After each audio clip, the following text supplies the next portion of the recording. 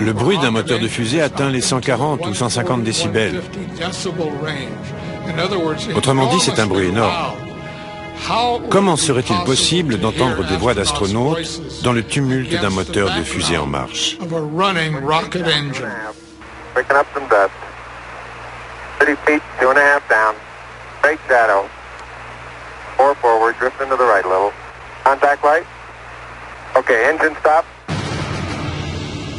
Est-ce une preuve que les images sont truquées? Qu'elles auraient été tournées en environnement contrôlé, ici, sur Terre? Quelques mois seulement avant cet événement historique, un prototype de LEM faisait un vol d'essai sur la base de l'armée de l'air d'Ellington. Pendant que des caméras de la NASA enregistrent le vol d'essai, Neil Armstrong se débat avec un engin indomptable.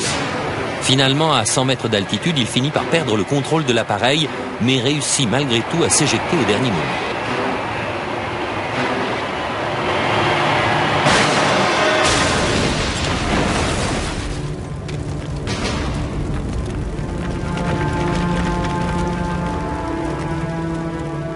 Le module était déjà instable et difficile à piloter dans un environnement terrestre familier.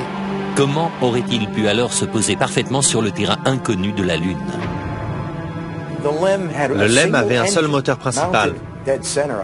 Et à part ça, il était muni d'un petit réacteur de propulsion et de 2 ou 3 petits réacteurs de poussée au-dessus. Les astronautes étaient censés contrôler l'altitude pendant la descente. Eh bien, je vais vous dire un secret. Si quelqu'un avait bougé d'un poil dans la cabine, ça aurait affecté l'équilibre des poids. Et elle se serait mise à basculer et à tourner sur elle-même.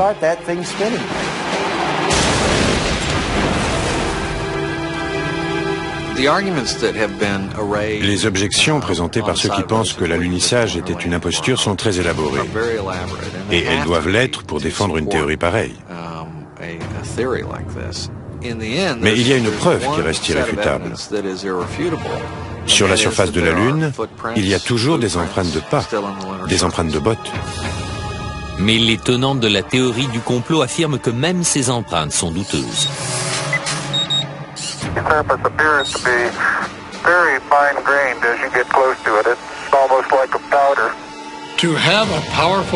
Avoir à la fois un moteur aussi puissant qui balaye toute la poussière à la surface de la Lune et des empreintes de pas autour du module lunaire, pour moi, c'est une impossibilité. L'une après l'autre, les photos révèlent que la surface lunaire autour du LEM est couverte de traces de pas. Mais Kaysing dit qu'il y a quelque chose d'encore plus difficile à expliquer. Le fait que l'alunissage n'ait pas créé de cratère est pour moi l'une des preuves les plus concluantes en faveur de l'imposture. En fait, aucun cratère n'est visible lors des 6 alunissages.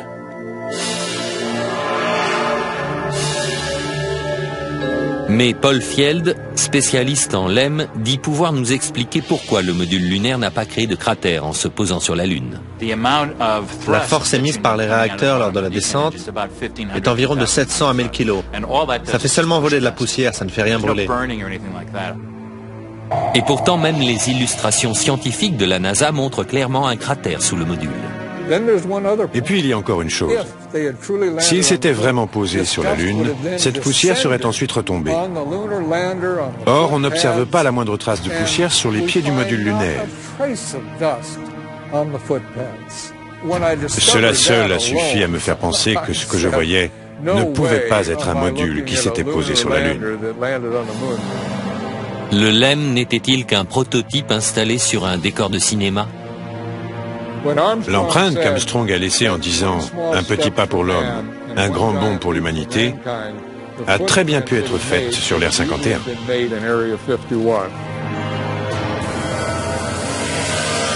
Kaysing remarque que le départ du LEM est encore plus suspect. Dans les images de la phase d'ascension, on ne voit pas la traînée de fumée qui devrait sortir du réacteur.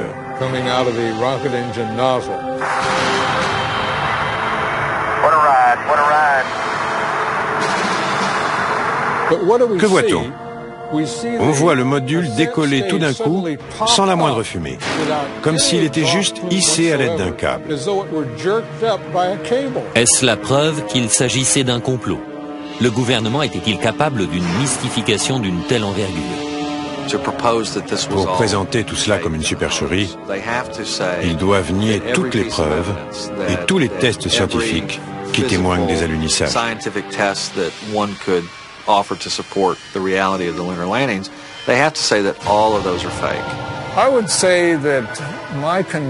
Ma conviction qu'Apollo était une imposture ne se basait pas sur une preuve en particulier, c'était tout un ensemble. Tout ça était bidon. Et maintenant, s'il n'y a pas d'air sur la Lune, alors pourquoi le drapeau américain flotte-t-il? Les photos officielles de la NASA ont-elles été truquées? Aucune des photos n'est authentique. Des hommes ont-ils pu survivre aux radiations mortelles de l'espace interplanétaire?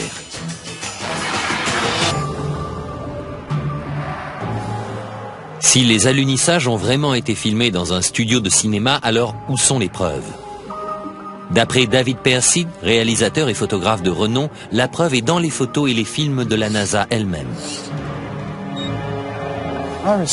Nos recherches tentent à montrer que les images des missions Apollo ne sont ni authentiques ni justes. Pour nous, les images d'Apollo sont truquées. Elles sont remplies d'invraisemblances et d'anomalies. Selon Percy, l'examen de ces images conduit à penser que l'homme n'est pas du tout allé sur la Lune.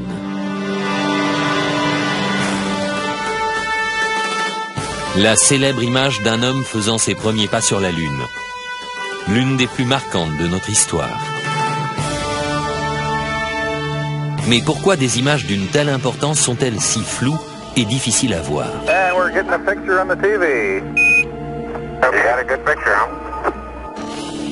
La NASA impute ses résultats à la technologie des années 60. Si l'on revient en arrière, la vidéo de la mission Apollo 11 est de bien mauvaise qualité selon nos standards actuels. Ce sont des images spectrales qui n'ont pas l'air très réelles. Cela est dû au transmetteur et à la caméra dont on disposait à l'époque pour la mission Apollo 11. Mais Bart Sibrel, journaliste d'investigation, pense que la NASA a volontairement brouillé les images. La NASA a orchestré l'imposture de façon tout à fait unique. Grâce à la télévision, ils étaient en mesure d'obtenir une image qu'ils contrôlaient complètement, en noir et blanc, avec du grain. Et cette image a persuadé tout le monde que l'homme avait marché sur la Lune. Nous n'avions aucune raison d'en douter. C'est triste à dire, mais c'est quelque chose de très facile à faire. Pour les tenants de la théorie du complot, ces images floues constituent une preuve supplémentaire.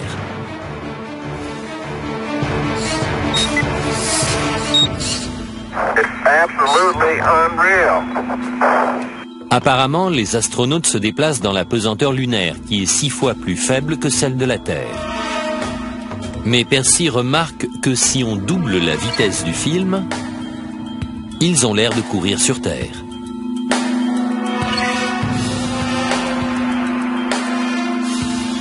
Même chose avec le patrouilleur lunaire. En accéléré, on dirait qu'il se déplace sur Terre. Mais une autre question est particulièrement troublante.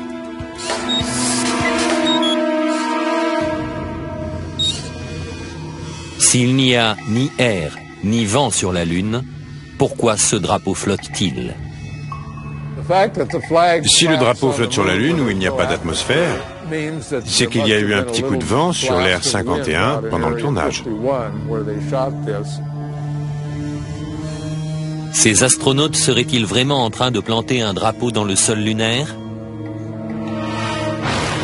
Ou bien y a-t-il anguille sous roche?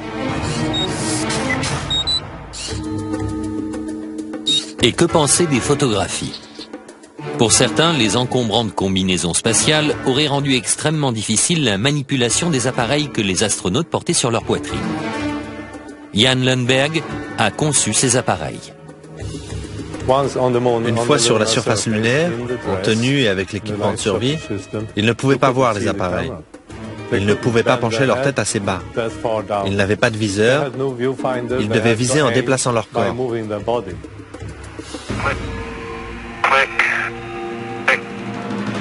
Si les appareils étaient si difficiles à manipuler, comment des milliers de photos ont-elles pu être prises avec une clarté cristalline et un cadrage précis? En apparence, ces photos prises sur la Lune sont absolument parfaites. Mais en les examinant de plus près, Kaysing a fini par découvrir certains défauts. Des erreurs malheureuses ont été commises qu'aujourd'hui on commence à découvrir. Principal problème, l'éclairage.